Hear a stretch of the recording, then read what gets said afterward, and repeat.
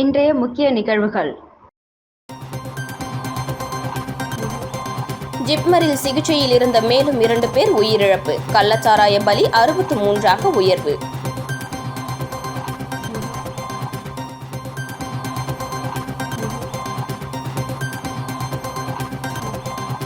திருநங்கைகளுக்கு பாலியல் தொல்லை புகார். எய்ட்ஸ் கட்டுப்பாட்டு சங்க அதிகாரிகள் மீது நடவடிக்கை எடுக்க கோரி திருநங்கைகள் சட்டமன்றம் நோக்கி பேரணி.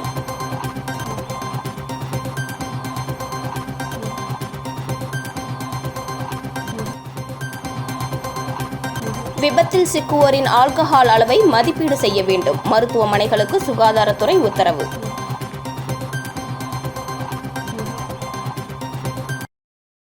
புதுச்சேரி எய்ட்ஸ் கட்டுப்பாட்டு சங்கத்தில் பணியாற்றக்கூடிய திருநங்கைகளுக்கு பாலியல் துன்புறுத்தல் அளித்த அதிகாரிகள் மீது நடவடிக்கை எடுக்க வலியுறுத்தி 200க்கும் மேற்பட்ட திருநங்கைகள் சட்டமன்றம் நோக்கி பேரணியில் ஈடுபட்டனர்.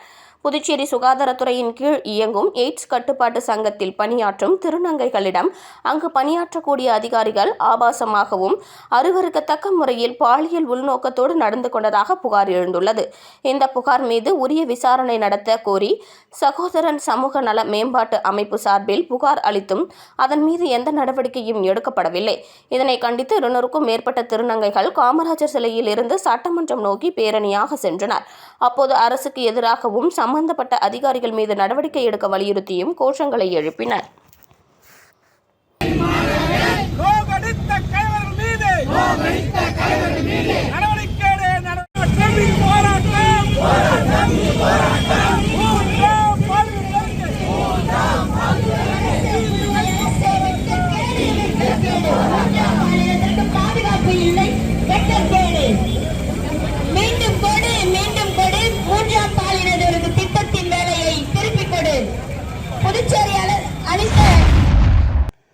கள்ளக்குறிச்சியில் விஷசாராயம் அருந்தி புதுச்சேரி ஜிப்மர் மருத்துவமனையில் அனுமதிக்கப்பட்டிருந்த 2 பேர் இன்று ஒரே நாளில் உயிரிழந்த நிலையில் பலி எண்ணிக்கை 63ஆக உயர்ந்துள்ளது. கள்ளக்குறிச்சி மாவட்டத்தில் விஷசாராயம் அருந்தி உடல்நலம் பாதிக்கப்பட்டு மேல் சிகிச்சைக்காக புதுச்சேரி ஜிப்மர் மருத்துவமனையில் 20 பேர் அனுமதிக்கப்பட்ட நிலையில் 3 பேர் கொண்டு வந்த தினத்தன்றே சிகிச்சை அளிப்பதற்கு முன்பாகவே உயிரிழந்தனர். 6 பேர் கடந்த 2 தினங்களுக்கு முன்பு சிகிச்சை முடிந்து குணமடைந்து வீடு திரும்பிய நிலையில் 11 பேருக்கு தொடர்ந்து சிகிச்சை அளிக்கப்பட்டு வந்தது. இந்த நிலையில் இன்று காலை ஏசுதாஸ் என்பவர் சிகிச்சை பலனின்றி உயிரிழந்த நிலையில் தற்போது ராமநாதன் என்பவரும் சிகிச்சை பலனின்றி உயிரிழந்ததாக ஜிப்மர் மருத்துவமனை நிர்வாகம் தெரிவித்துள்ளது. மேலும் தற்போது ஜிப்மர் மருத்துவமனையில் 9 பேர் சிகிச்சை பெற்று வருவதாகவும் தெரிவிக்கப்பட்டுள்ளது. இன்று ஒரே நாளில் ஜிப்மர் மருத்துவமனையில் மட்டும் 2 பேர் உயிரிழந்த நிலையில் மொத்த பலி எண்ணிக்கை 63ஆக உயர்ந்துள்ளது. புதுச்சேரியில் விபத்தில் சிக்குவோரின் ஆல்கஹால் அளவை மதிப்பீடு செய்ய அனைத்து மருத்துவர்களுக்கும் சுகாதாரத்துறை உத்தரவு பிறப்பித்துள்ளது. நாடு முழுவதும் வாகன விபத்துகளின் எண்ணிக்கை தொடர்ந்து அதிகரித்து வருகிறது. பெரும்பாலான விபத்துகளுக்கு மது அருந்துவிட்டு வாகனம் ஓட்டுவதே காரணமாக உள்ளது. விபத்து தொடர்பான வழக்குகள் மற்றும் விபத்து காப்பீடுகள் தொடர்பான வழக்குகளில் மது அருந்துவிட்டு வாகனம் ஓட்டுவதற்கு ஏற்ப தீர்ப்புகள் வழங்கப்படுவதற்கும் அது தொடர்பான ஆவணங்கள் அவசியமாகிறது. இந்த நிலையில் விபத்தில் காயமடைந்தோர் இறந்தோர் மருத்துவமனைக்கு கொண்டு வரப்படும் போது இரத்தத்தில் ஆல்கஹால் அளவு உள்ளதா எனவும் அதன் அளவை மதிப்பீடு செய்து குறிப்பிட வேண்டும் என சென்னை உயர்நீதிமன்றம் உத்தரவிட்டிருக்கிறது. இந்த உத்தரவை பின்பற்றி புதுச்சேரியில் உள்ள அனைத்து மருத்துவமனைகளும் ஆல்கஹால் அளவை குறிப்பிட வேண்டும் என புதுச்சேரி சுகாதாரத்துறை அனைத்து அரசு மற்றும் தனியார் மருத்துவமனைகளுக்கு சுற்றறிக்கை அனுப்பியுள்ளது. மக்களிடையே போதைப் பொருட்களின் தீமைகள் குறித்து விழிப்புணர்வு ஏற்படுத்தும் விதமாக நூற்றுக்கணக்கான மாணவ மாணவிகள் முக்கிய சாலைகளில் விழிப்புணர்வு பேரணியில் ஈடுபட்டனர். சர்வதேச போதை எதிர்ப்பு தினம் ஆண்டுதோறும் ஜூன் 26ஆம் தேதி கடைபிடிக்கப்படுகிறது. சமீபத்தில் கள்ளக்குறிச்சியில் விஷசாராயம் அருந்தி 60க்கும் மேற்பட்டோர் உயிரிழந்துள்ளனர். இதுபோன்ற சம்பவங்களால் அண்மை காலமாக பூரண மதுவிலக்கு வேண்டும் என்ற குரல் நாட்டின் பல்வேறு மாநிலங்களில் ஓங்கி ஒலித்துக் கொண்டேதான் உள்ளது.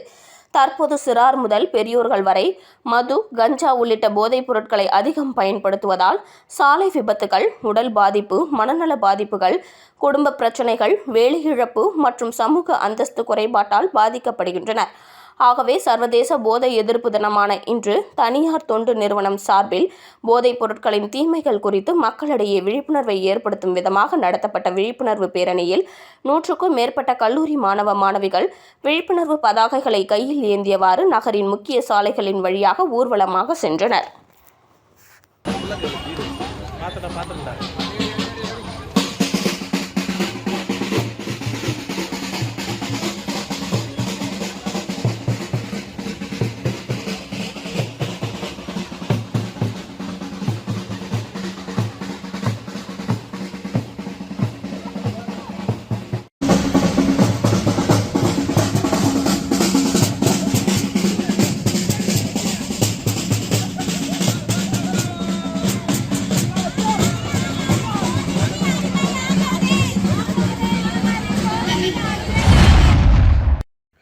புதுச்சேரி சுகாதாரத்துறையில் வாரிசுதாரர் பணி நியமனத்திற்கு விண்ணப்பித்துள்ள அனைவருக்கும் ஒருமுறை தளர்வளித்து பணி வழங்க வேண்டும் என வலியுறுத்தி உண்ணாவிரத போராட்டம் நடைபெற்றது.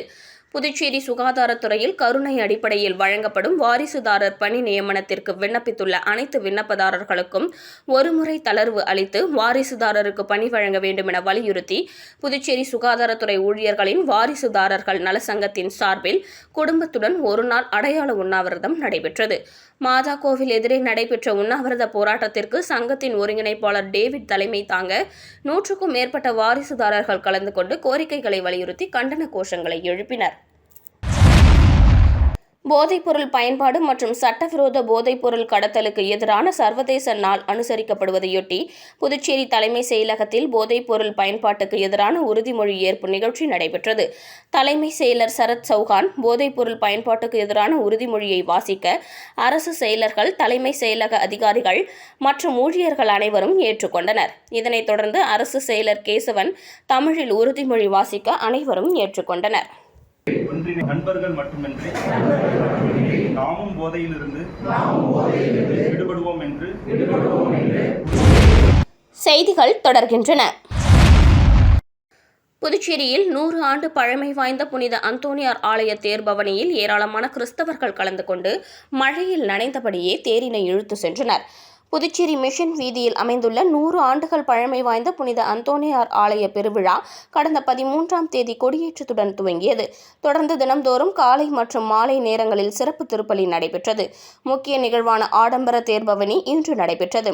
அதன்படி அலங்கரிக்கப்பட்ட தேரில் புனித அந்தோணியார் சொரூபத்திற்கு சிறப்பு திருப்பலி மற்றும் பூஜைகள் நிறைவேற்றப்பட்டு தேர்பவனியானது மிஷன் வீதி, காந்தி வீதி, செயின்ட் தெரேசா வீதி உள்ளிட்ட முக்கிய வீதிகள் வழியாக மீண்டும் புனித அந்தோணியார் ஆலயத்தில் நிறைவடைந்தது. இதில் திரளான கிறிஸ்தவர்கள் மற்றும் பொதுமக்கள் கலந்து கொண்டு மலர் தூவி புனித அந்தோணியாரை சிறப்பு வழிபாடு செய்தனர். மேலும் தேர்பவனி துவங்கிய சில மணி நேரத்தில் லேசான காற்றுடன் தொடர்ந்து மழை பெய்ததால் மழையையும் பொருட்படுத்தாமல் மக்கள் புனித அந்தோணியாரின் தேரை நனைந்தபடியே இழுத்து வந்தனர்.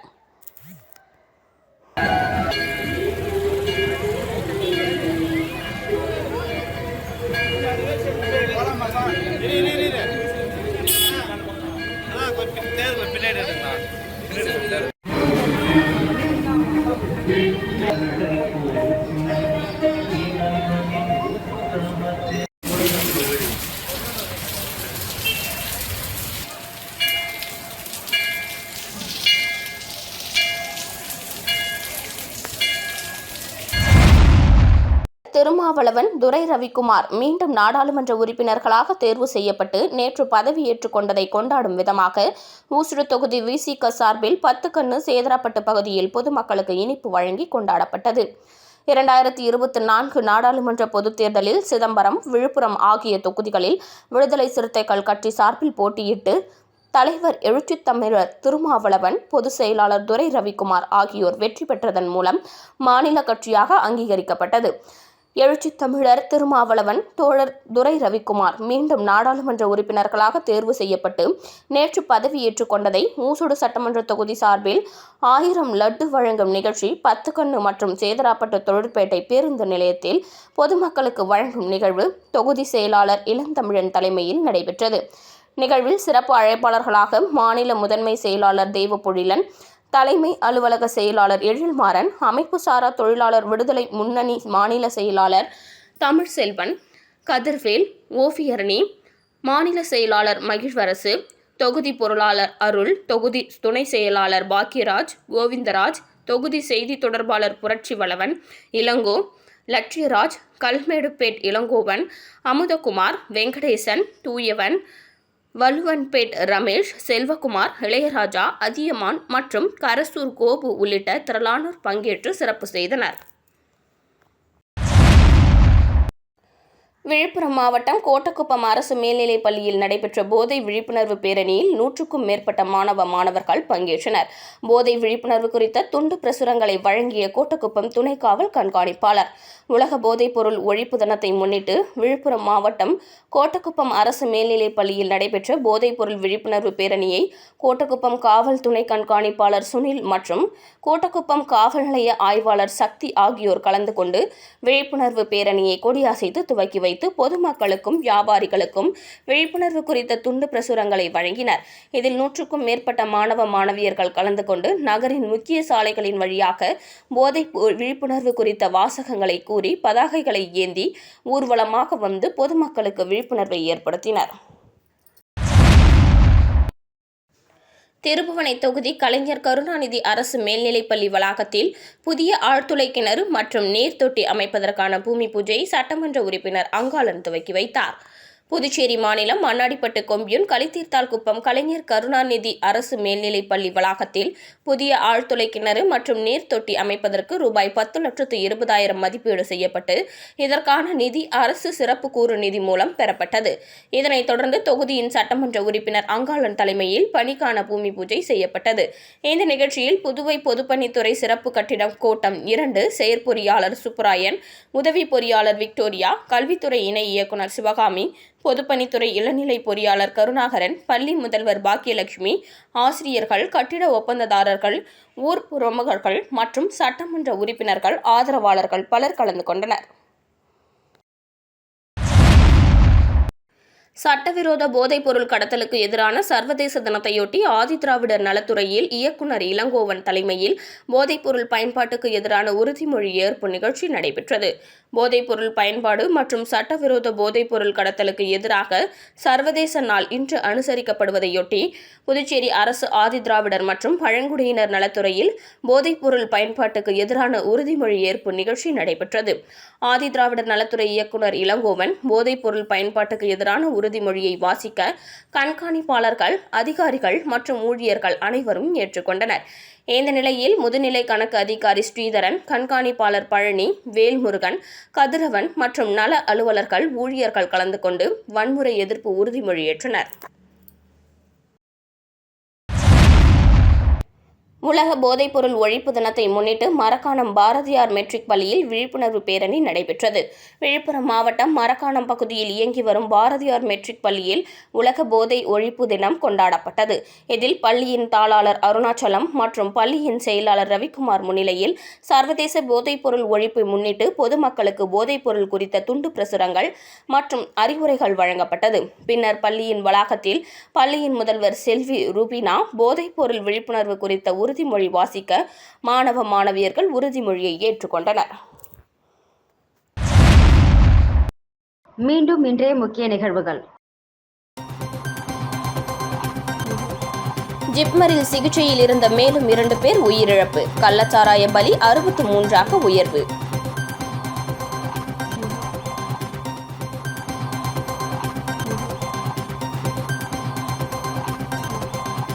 திருநங்கைகளுக்கு பாலியல் தொல்லை புகார். எய்ட்ஸ் கட்டுப்பாட்டு சங்க அதிகாரிகள் மீது நடவடிக்கை எடுக்க கோரி திருநங்கைகள் சட்டமன்றம் நோக்கி பேரணி.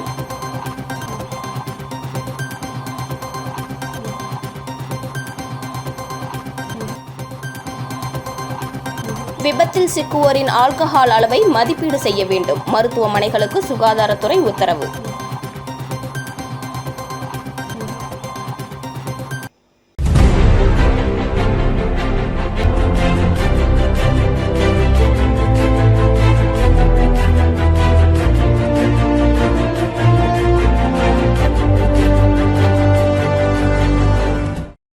செய்திகளை உடனுக்குடன் தெரிந்து கொள்ள ஆஸ்கார் யூடியூப் சேனலை சப்ஸ்கிரைப் செய்யவும்.